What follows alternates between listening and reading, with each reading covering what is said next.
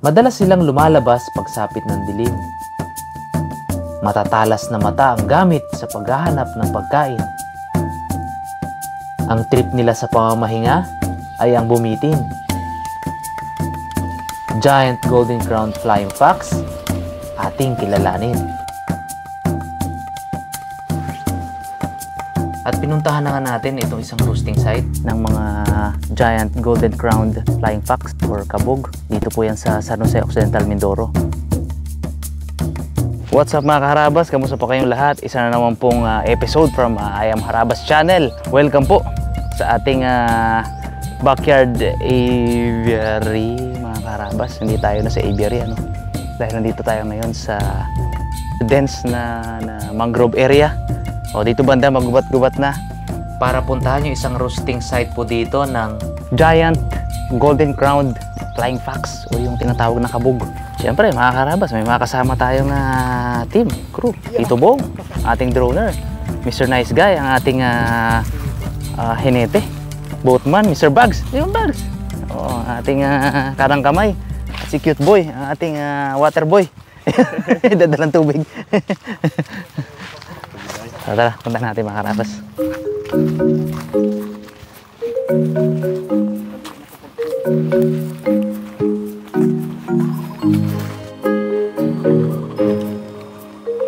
Mga kaharabas, bago natin marating yung roosting site, matadaanan muna natin yung isang abandonadong lumang simbahan dito.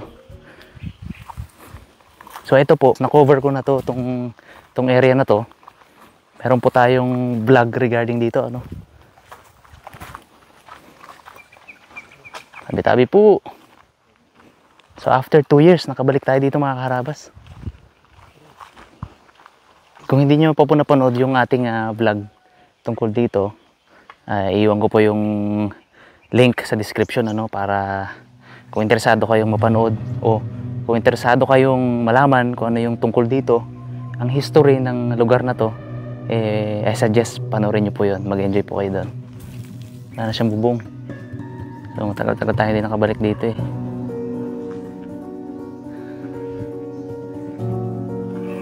So paano, tara.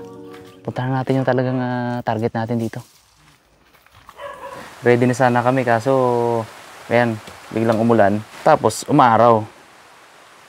Di ba? Ano ang kasabihan natin kapag umaraw at umulan? May kinakasal na tikbalang. Kinakasal to? Ano to yung pamahiin mo na ano? Valentine's ng mga tikbalang. Ayun, Valentine's ba na ng tikbalang. Iniwan po natin yung ibang kasama natin ano, at hindi tayo pwedeng lahat tayo pumunta dahil mabilis siyang mabulabog.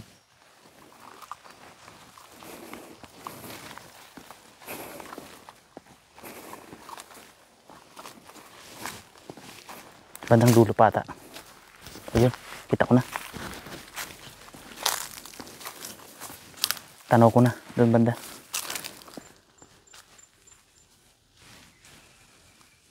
Tanda lang. Ayan. Nakikita na natin sila mula dito sa area natin. Kaya dahan-dahan lang tayong lalapit.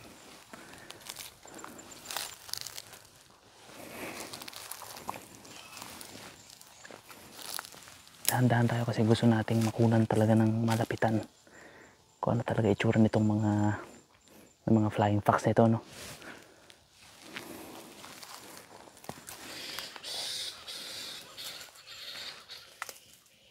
Ayan, narinig nyo ba yung mga karabas?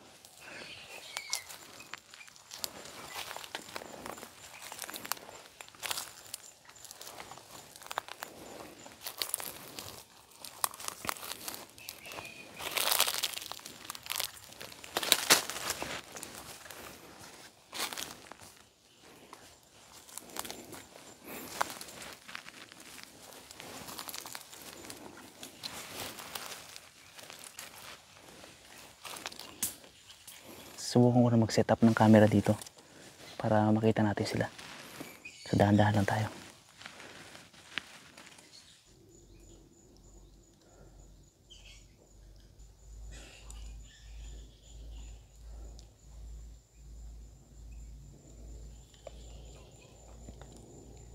Medyo malayo pa mga harabas. Hindi pa kaya nung power ng camera natin kasi cellphone lang yung gamit natin. Kung mga high power na camera, okay, yung layo natin, distance natin, okay na sana. Gusto kong lapitan pa ng konti pero dahan-dahan lang tayo.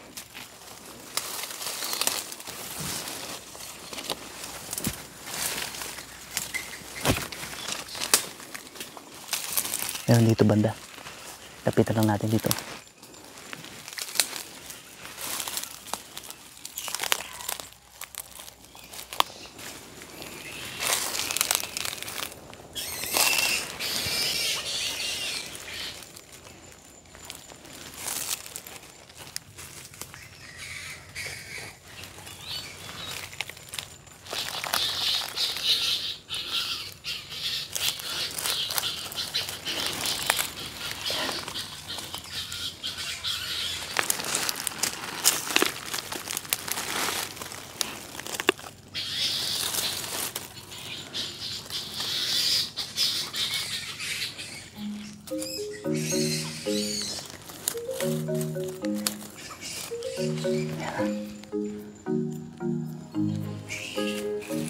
Itong mga giant golden crowned flying fox ay dito lang matatagpuan sa Pilipinas at classified na po ito as endangered.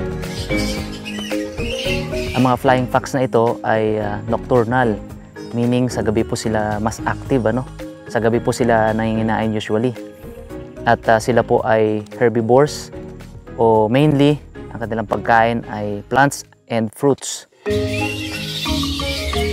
Kung ibang uri ng bats o paniki, ang ginagamit nila ay yung tinatawag na echolocation.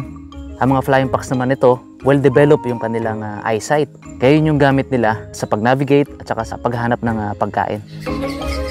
Usually po itong giant golden crowned flying fox, ang breeding season nila is nasa months of April to June, ano?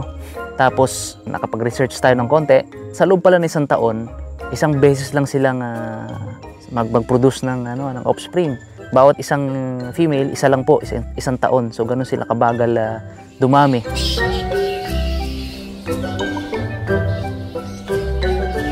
Mahalaga po ang flying fox sa ating ecosystem. Sila po ay tumutulong sa pollination. Isang species sila sa mga nagpapakalat ng mga buto. So kapag kinain po nila yung bunga, nakakain nila yung buto, then naidudumi po nila yon, yung mga buto na yon sa iba't ibang lugar. Kaya malaking tulong talaga nila sa ecosystem.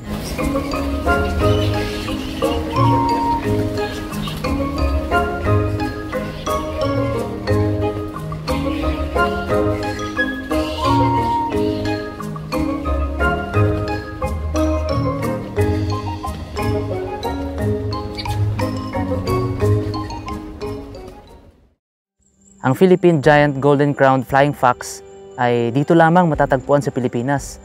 At sila rin po ay nanganganib na sa pagkaubos, ano? Sila po ay endangered species na.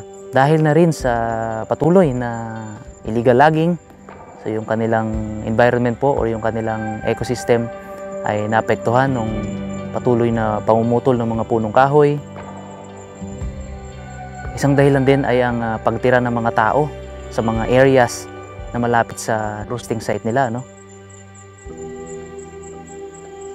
At isa pang reason ay patuloy pa rin ang illegal poaching nitong mga flying fox na ito, either kinakain or inalagaan. Sana ang vlog na to ay makatulong kahit papaano sa atin na ma-realize ang kahalagahan ng flying fox sa ating ecosystem.